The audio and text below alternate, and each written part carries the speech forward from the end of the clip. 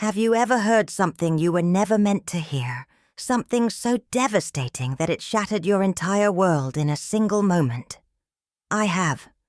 And what I heard coming from my own son's mouth on that quiet Tuesday afternoon changed everything. I thought I knew about my family, about love, about trust, and it forced me to make a decision that would either save my life or destroy what was left of my broken heart. My name is Margaret. I am 73 years old, and I am about to tell you how I heard my son and his wife plotting to kill me for my money, and how I survived by pretending to lose my mind completely, forgetting even my own name to stay alive. This is not a story about a loving family gathering for Sunday dinners. This is a story about greed, betrayal, deception, and a mother's desperate fight for survival against the people she loved most in this world. If you are watching from anywhere across the globe, please stay with me until the very end, because this story will show you that sometimes the greatest danger comes not from strangers in dark alleys, but from the ones sitting across from you at the breakfast table, the ones you raised with your own hands, the ones you would have died for without a second thought. There are moments in life that divide your existence into before and after, moments so profound that you can never return to the person you were just seconds earlier, and for me, that moment came on a perfectly ordinary Tuesday in October when I walked into my own home and heard my son Richard say to his wife, Jessica, in a voice cold as winter ice, "Once she signs the will, we'll be rich, and then we just need to make sure she has an accident, something that looks natural. The old woman is already fragile. It won't be hard." Those words hit me like a physical blow, stealing the air from my lungs and making my heart stop beating for what felt like an eternity. And in that frozen moment of pure horror, I knew with absolute certainty that if I revealed I had heard them, if I confronted them with tears and accusations, I would not survive the week. So instead, I did something that would require every ounce of strength and cunning I possessed. I slowly backed away from that doorway. I walked to my bedroom on trembling legs, and I began to plan the performance of my lifetime. The performance that would save me by making them believe I was losing my mind, that I was forgetting everything, including who I was, that I was becoming too confused and incompetent to sign any legal documents, buying myself time to figure out how to escape the trap my own child had set for me. Before I tell you how I became a stranger in my own home, living each day as an actress playing the role of a confused elderly woman while my son and daughter-in-law circled me like vultures waiting for their moment to strike, I need to take you back to the beginning, to show you how a mother's unconditional love became the very weapon her child would use against her. You see, this story is not just about one terrible moment of discovery. It is about decades of choices, sacrifices, blindness, and the gradual transformation of a sweet boy into a man I no longer recognized.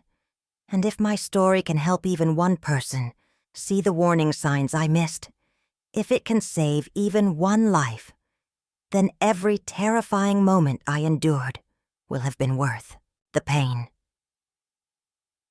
My journey began 73 years ago in a small town in rural Pennsylvania, where I was born to parents who had very little money, but an abundance of love. My father worked in the steel mill for 40 years, his hands permanently stained and scarred from honest labor, and my mother took in sewing and ironing to help make ends meet, working her fingers to the bone so that my brother and I could have shoes without holes and warm coats in winter. They taught me that wealth was not measured in dollars but in character, in kindness, in the ability to sleep at night with a clear conscience, and I carried those values with me every day of my life until I met Robert Mitchell at a church social when I was just 21 years old, and he was 23. tall and handsome with dreams bigger than our small town could contain. Robert was different from the other young men I knew. He was ambitious and driven, already working as a junior accountant at a firm in Pittsburgh, and studying at night to get his CPA certification.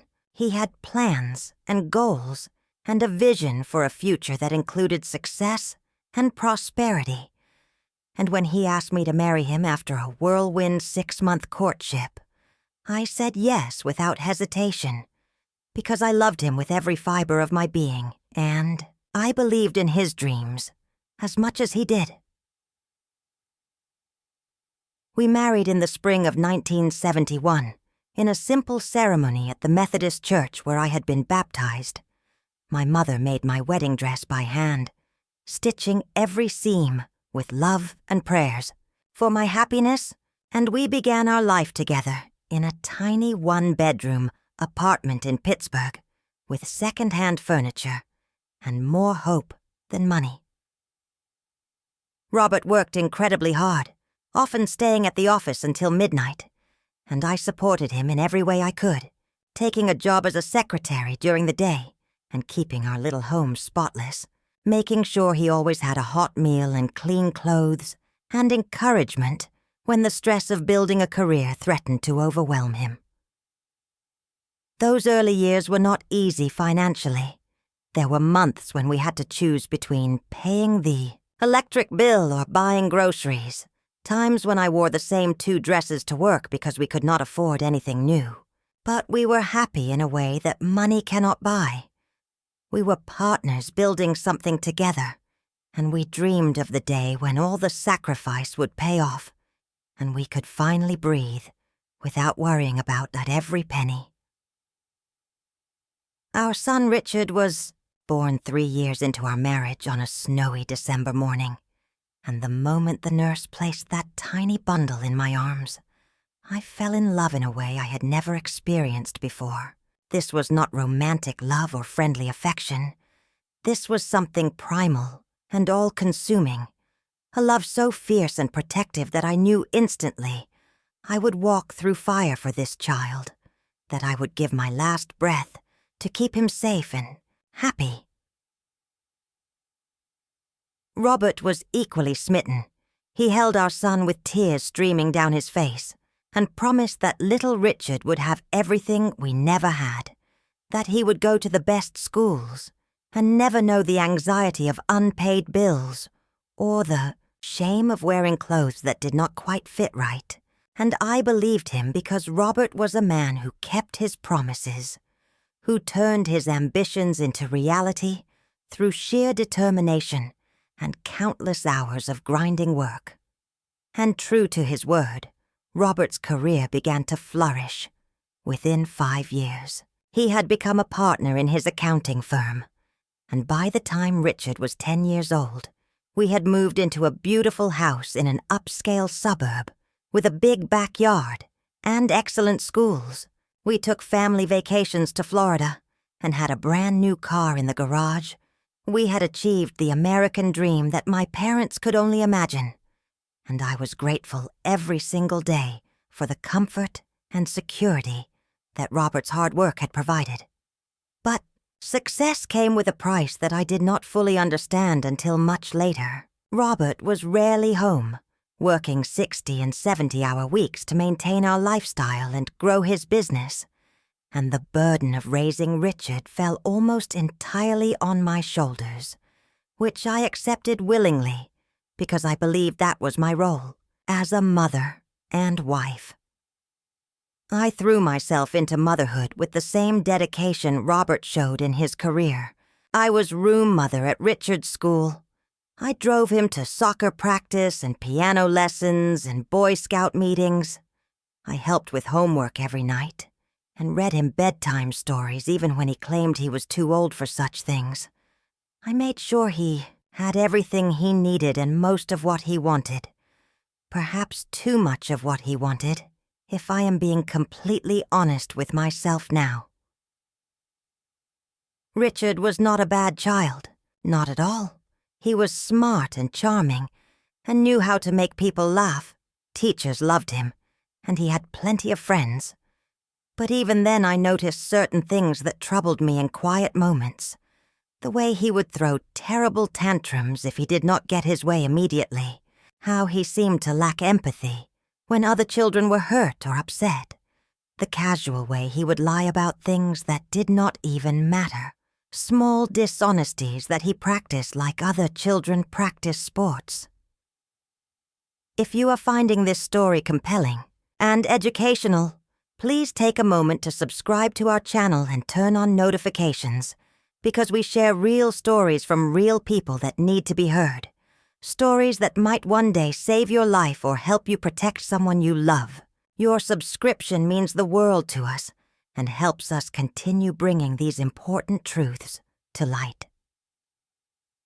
I told myself that these were normal childhood behaviors, that he would grow out of them as he matured, that every child went through difficult phases, and I made excuses for him constantly, explaining away his selfishness as confidence, his manipulation as cleverness, his lack of remorse as misunderstanding. I was a mother blinded by love, unable or unwilling to see that my son was developing troubling patterns that would only intensify with age. Robert noticed nothing because Robert was never around, and on the rare occasions when I tried to discuss my concerns about Richard's behavior, he would brush me off with reassurances that our son was fine, that I was being overprotective, that boys would be boys, and I needed to stop coddling him and let him develop independence. Robert noticed nothing because Robert was never around, and on the rare occasions when I tried to discuss my concerns about Richard's behavior, he would brush me off with reassurances that our son was fine, that I was being overprotective, that boys would be boys, and I needed to stop coddling him and let him develop independence. So I stopped bringing it up and continued to make excuses, continued to smooth over the problems that Richard created with other children, with teachers, with neighbors whose property he damaged or whose trust he betrayed. I became an expert at damage control, always cleaning up the messes he left behind, always protecting him from consequences, because that is what mothers do, or so I thought at the time. High school brought new challenges as Richard discovered girls and parties and the intoxicating feeling of popularity that came from being the rich kid who always had money to spend and a nice car to drive. Robert had bought him a brand new BMW for his 16th birthday, despite my protests that it was too much too soon. But Richard was his only son, and Robert wanted to give him everything he himself had lacked as a young man. He could not see that. Abundance without accountability was creating a monster. Richard's grades were mediocre at best. Despite his obvious intelligence, he simply did not care about applying himself to anything that did not immediately benefit him. And he had a rotating cast of girlfriends who he treated with casual cruelty, dropping them the moment he grew bored or found someone more attractive, or more willing to do whatever he wanted. I watched this behavior with growing unease, tried to talk to him about respect and responsibility and treating people with kindness. But my words bounced off him like rain off glass. He would smile and nod and say whatever I wanted to hear, and then go right back to doing exactly as he pleased because there were never any real consequences for his actions. Robert would not allow it, and I was too weak to enforce boundaries that my husband undermined. The wake-up call I desperately needed came when Richard was arrested at 17 for drunk driving. He had crashed his BMW into a parked car after a party. Thankfully, no one was hurt, but his blood alcohol level was nearly twice the legal limit, and there were open containers in the vehicle. This should have been the moment when he faced serious repercussions that might have changed his trajectory. But Robert immediately hired an expensive lawyer who got the charges reduced to reckless driving, with a fine and community service. And Richard learned once again that money and connections could make problems disappear, that he was somehow special and above the rules that governed ordinary people. I am telling you all of this background because it is essential to understand how we arrived at that terrible moment when I heard my son plotting my death. You need to see the pattern of enabling and excuse-making that I participated in, the gradual escalation of concerning behavior that I chose to ignore. Because acknowledging it would have meant admitting that my son, my precious boy who I loved more than life itself, was becoming someone I did not recognize and could not trust. Richard graduated high school with barely acceptable grades and went to college only because Robert pulled strings to get him admitted and agreed to make a substantial donation to the university. And there he majored in business and minored in partying, scraping by with C's and D's while spending money like water on clothes and electronics and trips with friends to ski resorts and beach destinations. Robert paid for everything without question. He was so proud to have a son in college to be able to provide opportunities he never had, and I said nothing because speaking up would have created conflict, and I had learned long ago that peace was more valuable than honesty in our household. It was during Richard's junior year that he met Jessica, a beautiful young woman from a wealthy family in Connecticut, and he came home for Christmas break absolutely smitten, talking about her constantly, showing us pictures on his phone of this stunning girl with perfect features and designer clothes, and I wanted to be happy for him, but something about the way he described her made me uncomfortable. He talked about her family's money and connections more than he talked about her personality or character. He mentioned her trust fund and her father's business empire, with an enthusiasm that seemed mercenary rather than romantic. But I kept my concerns to myself and smiled when Richard announced they were getting engaged just 6 months later, even though they were both only 21 and still in college, even though I had never met this girl who would become my daughter-in-law, even though everything about the situation felt rushed and calculated rather than born of genuine love. The wedding was an elaborate affair that Jessica's parents paid for. 300 guests at a country club, a designer gown that cost more than my parents had earned in a year, a honeymoon in Bora Bora that lasted 2 weeks, and throughout the entire weekend of celebrations, I felt like an outsider looking in at a world I did not understand, a world where everything was for show and nothing was quite real. Jessica was polite to me in a distant, condescending way that made it clear she considered me beneath her.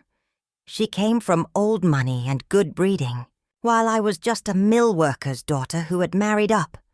And though she never said anything overtly rude, her tone and body language communicated her contempt more clearly than words ever could. Richard seemed different with her too, more arrogant and entitled than ever, adopting her family's attitudes and affectations, and the young man I had raised, flawed as he was, seemed to be disappearing entirely into this new persona of wealth and superiority that felt foreign and frightening to me. Robert passed away suddenly when Richard was 25, a massive heart attack at his office on a Tuesday afternoon. He was there one moment and gone the next, and the grief that crashed over me was unlike anything I had ever experienced. I lost not only my husband of 30 years, but my identity as his wife, my purpose as his supporter, my entire sense of who I was in the world. The funeral was huge, hundreds of colleagues and clients and friends, and through my fog of grief, I noticed how Richard handled the arrangements, the way he made decisions about the service and the reception, without consulting me, the way he spoke to his father's law partners about the business with an authority he had not earned, already positioning himself as the heir to Robert's empire, despite having no experience or qualifications. What I did not know at the time was that Robert had made Richard the executor of his estate, a decision that would prove to be catastrophic. And in the reading of the will, a week after the funeral, I discovered that Robert had left the bulk of his fortune in a trust for Richard, with a modest but comfortable monthly allowance for me and the house to live in for my lifetime. I was not angry about this arrangement. I had never married Robert for money, and I did not need much to live on. But what did trouble me was that Richard now controlled everything. The house I lived in was technically his property after my death. My monthly income could be adjusted by the trustee, which was Richard himself. And I had gone from being a wife and partner to being essentially dependent on my son's generosity and goodwill, a position that made me deeply uncomfortable, but which I accepted because I trusted that Richard would take care of me, as I had taken care of him all those years. For the first few years after Robert's death, Richard did maintain the arrangement his father had established.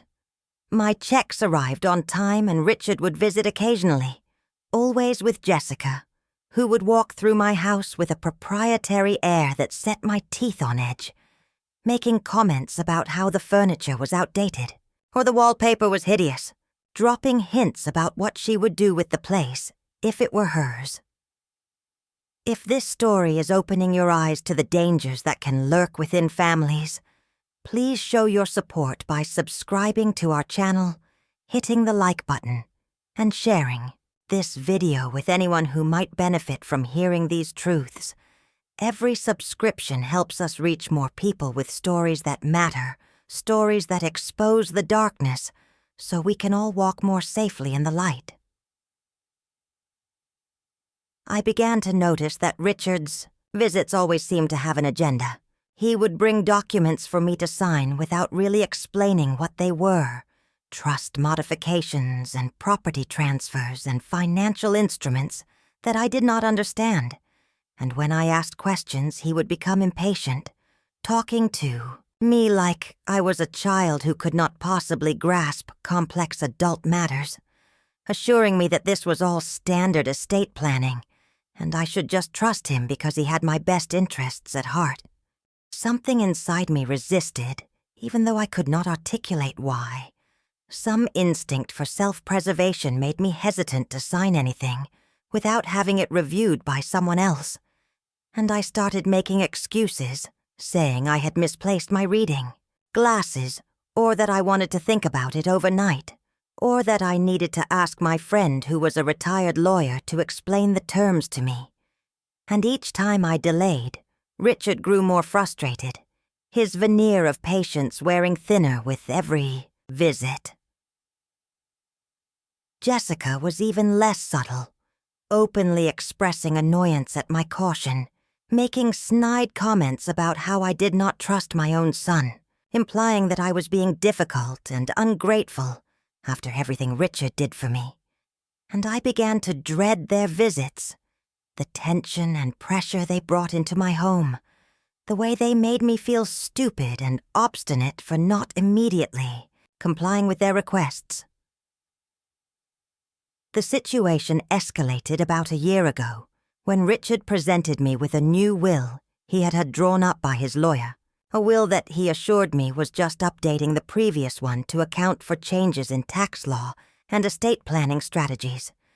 But when I read through it carefully, I realized it essentially left everything I owned, which was not much beyond the house and some savings, directly to Richard immediately upon my death, with no provisions for other family members or charities I cared about. No secondary beneficiaries in case something happened to Richard. Just a clean transfer of everything to him. I told him I wanted to think about it and maybe have my own lawyer review it. And that was when I saw a flash of something in his eyes that genuinely frightened me. A cold calculation that reminded me of a predator assessing prey. And he said in a tone that was trying to sound reasonable but had an undercurrent of menace, "Mom, you are not getting any younger. We need to have these things in order. Who knows how long you will be mentally competent to sign legal documents? It would be a shame if you waited too long, and then were unable to handle your affairs.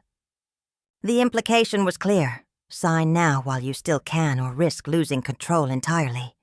And I felt a chill run down my spine, but I forced myself to smile and nod and promise I would sign it soon. Anything to get them out of my house so I could think clearly about what was happening. That night I lay awake until dawn, my mind racing with thoughts I did not want to acknowledge. Was my son really pressuring me to sign away my assets? Was this normal concern for estate planning? Or something more sinister? Could the sweet baby I had nursed and the little boy I had read bedtime stories to really be plotting against me? The thought seemed insane, but I could not shake the growing sense that I was in danger, that I needed to be very careful about what I signed and when. Over the next few months, Richard's visits became more frequent and his pressure more intense. He would show up unannounced with the papers and a pen, catching me off guard and pushing me to just sign quickly so we could get it done. And when I continued to delay, he became openly hostile, accusing me of not trusting him, of being ungrateful for everything he did for me, reminding me that I lived in his house by his generosity and received money from his father's estate that he controlled. The message was becoming increasingly clear: comply or face consequences. Jessica stopped even pretending to be civil. She would walk around my home like she already owned it, taking pictures of rooms and measurements, talking on her phone about interior designers and renovation plans, treating me like I was already gone. And I felt like a ghost in my own life, invisible and irrelevant, except as an obstacle standing between them and what they wanted. I started documenting everything, writing down the dates of their visits and what was said, making copies of the documents they wanted me to sign, and I quietly consulted with a lawyer friend from church without telling Richard, explaining the situation and asking if my concerns were justified or if I was being paranoid.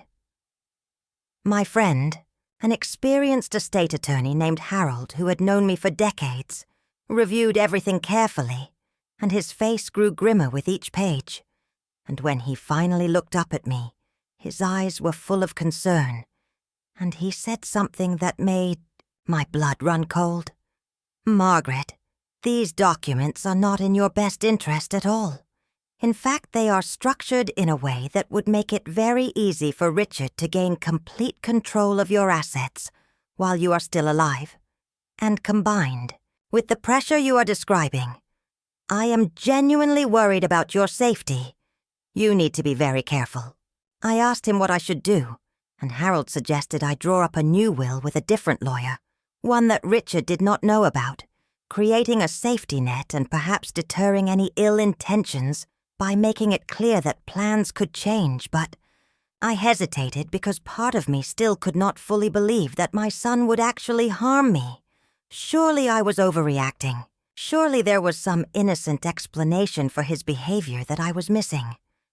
That delusion shattered completely on that October Tuesday when I came home early from my book club because I had forgotten my phone and needed to check on a prescription that was being delivered. And as I approached my house, I saw Richard's car in the driveway, which surprised me because he had not mentioned visiting that day. And I walked quietly through the front door, not wanting to startle them if they were upstairs or in the back of the house. And that is when I heard their voices coming from my kitchen. Jessica's voice first saying, with obvious frustration, "She is never going to sign it willingly. She is suspicious, and that old biddy Harold has been putting ideas in her head. We need to try a different approach." And then my son, my precious boy who I had loved and sacrificed for and protected all his life, responded in a voice devoid of any warmth or human feeling. "Once she signs the will, we will be rich. I have already talked to a guy who can make it look like a fall. Down the stairs, or maybe she forgets to turn off the stove. And there is a gas leak. Something that looks natural for an old woman living alone. We just need that signature. And then within a few months, the house is ours, free and clear. We can sell it for $2 million easy and finally have the life we deserve. The world stopped spinning in that moment. Time itself seemed to freeze as my brain struggled to process what I had just heard. Surely I had misunderstood. Surely my son was not actually discussing murdering me for my property. But Jessica's response left no room for doubt. "Are you sure this guy can be trusted? We cannot have anything traced back to us." And Richard laughed. Actually laughed and said, "He has done this kind of work before. Makes problems disappear. For people with money. Completely untraceable. We just need to be patient a little longer. Keep up the dutiful son routine until she signs. Then we wait a respectable amount of time. And it happens." My heart was pounding so hard I thought they must be able to hear it from the other room. And I felt dizzy with shock and terror. But somewhere in the midst of that paralyzing fear, a survival instinct kicked in, and a small clear voice in my head said, "If you confront them now, if you let them know you heard this, you are dead. You need to get out of here, and you need to be smart about what comes next." So on legs that barely supported my weight, I backed away from that doorway. I walked as quietly as possible to the front door, and I left my own house, got in my car, and drove aimlessly for hours while my mind tried to process the impossible reality that my son was planning to kill me. I wanted to go to the police, but what would I say? I heard my son discussing something terrible, but I have no recording, no proof. Just the word of a frightened old woman against a respected businessman, and knowing Richard's connections and money, I suspected the police would not take me seriously, or worse, they might inform Richard that I had made accusations which would only accelerate his timeline and put me in immediate danger. I could run away, leave town, and start over somewhere else. But I was 73 years old with limited resources and no support system outside of this community, where I had lived for 40 years.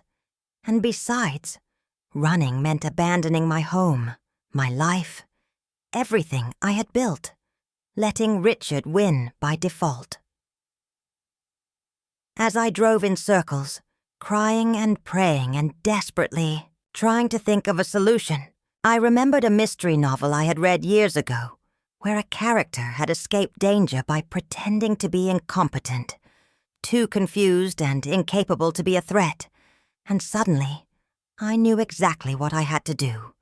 It would require acting skills I was not sure I possessed and nerves of steel to maintain the charade day after day, while living under the same roof as people who wanted me dead. But it was my only chance. I would return home and pretend I had never heard their conversation. I would begin showing signs of memory loss and confusion. I would become increasingly incapable of handling my own affairs. And most importantly, I would become too mentally incompetent to sign any legal documents, buying myself time to figure out how to permanently escape this nightmare. When I finally drove home that evening, my eyes red from crying but my resolve firm, Richard and Jessica were gone, and the house was empty, and I went through my normal evening routine of making dinner and watching television. But everything had changed. I was no longer a trusting mother, but a prisoner in my own home, and every moment going forward would be a performance for my life. The next morning, when Richard called to say he was coming by that afternoon, I took a deep breath and began my act. When he arrived, I greeted him warmly but called him by his father's name. "Hello, Robert. What a nice surprise." And I saw confusion flash across his face before I quickly corrected myself with the embarrassed laugh. Oh, silly me. I meant Richard, of course. I do not know where my mind was just then. It was such a small thing, but I saw him register it, saw the wheels turning in his head, and when he brought up the will again, I pretended to have trouble following the conversation, asking him to repeat things and seeming confused about what. He was asking me to sign, and I could see his frustration mounting, but also a calculating look in his eyes. Was his mother really starting to lose her mental faculties? Or was she being difficult? He could not be sure, and that uncertainty was exactly what I needed. Over the following weeks, I gradually increased the frequency and severity of my confusion. I would forget appointments and leave the stove on. I would call Richard by his father's name more often and seem disoriented about what day it was. I repeated myself frequently and told stories from the past as if they had just happened, and I could see both Richard and Jessica's frustration growing because a mentally incompetent mother could not sign legal documents. A diagnosis of dementia or Alzheimer's would invalidate any signatures I provided, making me useless for their purposes. They brought in doctors to evaluate me, specialists who performed cognitive tests and memory assessments, and this was the most dangerous part of my plan because I had to fail these tests convincingly without actually having them commit me to a care facility where I would be completely vulnerable. So I performed poorly but not disastrously, showing enough confusion to be concerning but not enough to require institutionalization. And the doctors diagnosed me with early-stage cognitive decline, recommending monitoring and support but not seeing any need for immediate intervention beyond medication that I pretended to take, but actually threw away. Richard was trapped in a terrible position of his own making. He could not kill me without the will being signed first, because that would mean my assets would go through probate, and likely be distributed according to Robert's original estate plan, rather than going directly to him. But he could not get me to sign the will because I was now officially too confused to understand what I was signing. And I could see his mounting rage and frustration every time he visited, the barely controlled anger at having his plan thwarted by the very person he had hoped to eliminate. Jessica was even less controlled. She would snap at me openly, complaining to Richard in front of me as if I was not even there, that I was faking it, that I was deliberately sabotaging them, and I would just smile vaguely and ask who she was, which would send her into new fits of rage. If you are captivated by this story of survival and courage, please take a moment to subscribe to our channel and ring the notification bell, so you never miss another powerful true story. We are building a community of people who believe in truth and justice, and your support through subscribing, liking, and sharing helps us continue this important work of giving voice to those whose stories need to be heard. Living this double life was exhausting beyond measure. I had to maintain my confused persona 24 hours a day, because I never knew when they might drop by unannounced or if they had installed cameras to watch me, which I suspected they had, though I was too afraid to search for them thoroughly. And the isolation was crushing because I could not confide in anyone about what I was doing, could not seek support or comfort, had to bear this burden entirely, alone while pretending to be someone I was not. There were moments when I nearly broke, when the fear and loneliness threatened to overwhelm me completely. Nights when I lay awake wondering if this was how I would spend my final years, hiding in plain sight, never safe, never able to relax. And I would cry silently into my pillow, mourning not just for my endangered life, but for the son I had lost, for the relationship that had been revealed as hollow, for the family I thought I had, but which had turned out to be an illusion. But I also began to take practical steps to protect myself. While I lived under this pretense, I gave Harold my real will that I had drawn up in secret, leaving my estate to various charities and distant relatives with specific instructions that Richard was to receive only a token amount with a letter explaining why. And I told Harold that if anything happened to me, anything at all, he was to immediately go to the police with everything we had discussed and all the documentation I had gathered. I recorded detailed video testimonies explaining the entire situation and describing what I had overheard, and I gave copies to 3 different people with instructions that they were to be opened only in the event of my death or if I went missing, creating a deterrent system that would make it very difficult for Richard to act without consequences.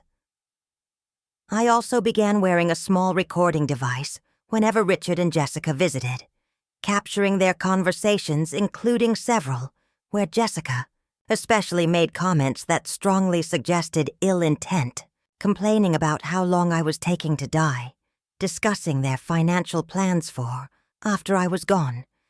And while these recordings might not be admissible in court depending on state law, they were insurance and evidence that could protect me if the worst happened.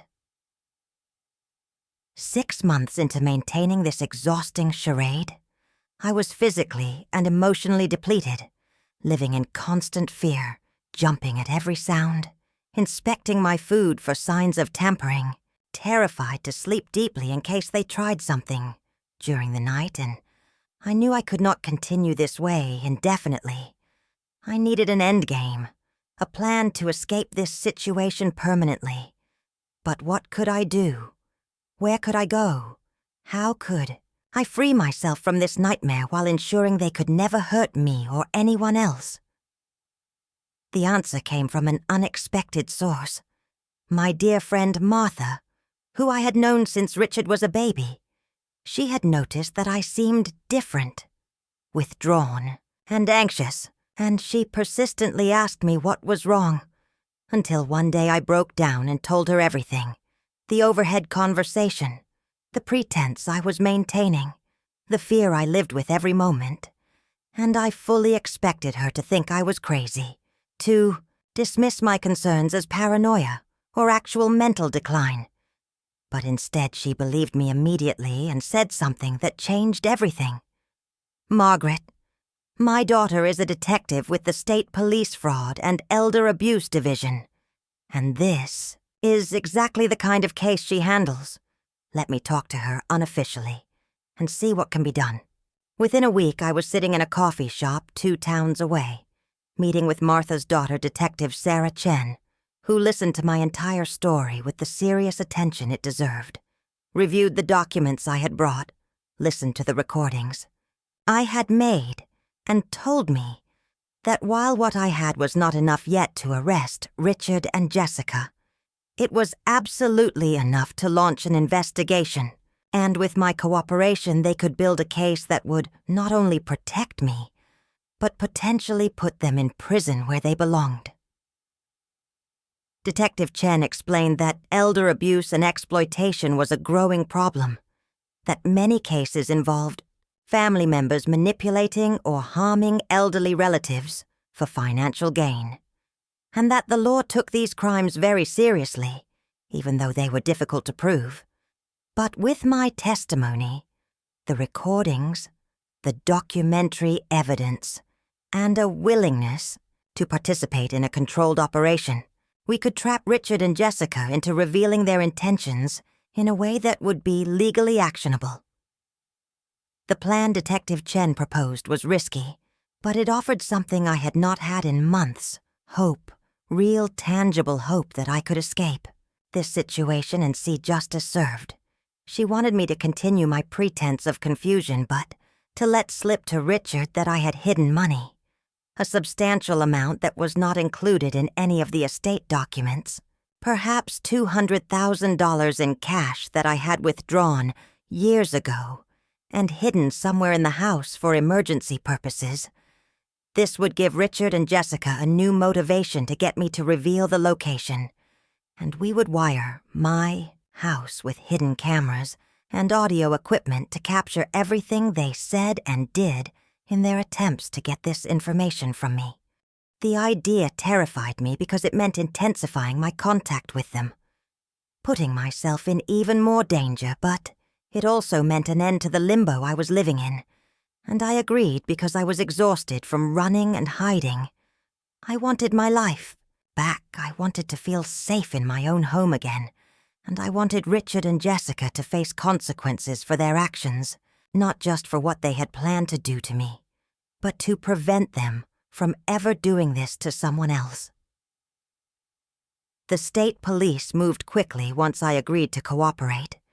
They came in the middle of the night with a warrant I had signed giving them permission to install surveillance equipment throughout my home, and in a matter of hours my house was wired with tiny cameras and microphones in every room, completely invisible to the casual observer. And I was fitted with a panic button disguised as a medical alert pendant that would bring police immediately if I pressed it, giving me a safety net I had not had before. And Detective Chen assured me that they would be monitoring the feeds 24/7 and would intervene immediately if I appeared to be in physical danger, which gave me just enough courage to go through with the plan. The next day, I called Richard and asked him to come over, saying I had something important I needed to discuss. And when he arrived with Jessica, I launched into my performance. I told them in my confused, rambling way that I had been remembering something about money that Robert had given me years ago, cash that we kept hidden for emergencies, and I could not quite remember where I had put it, but I knew it was somewhere.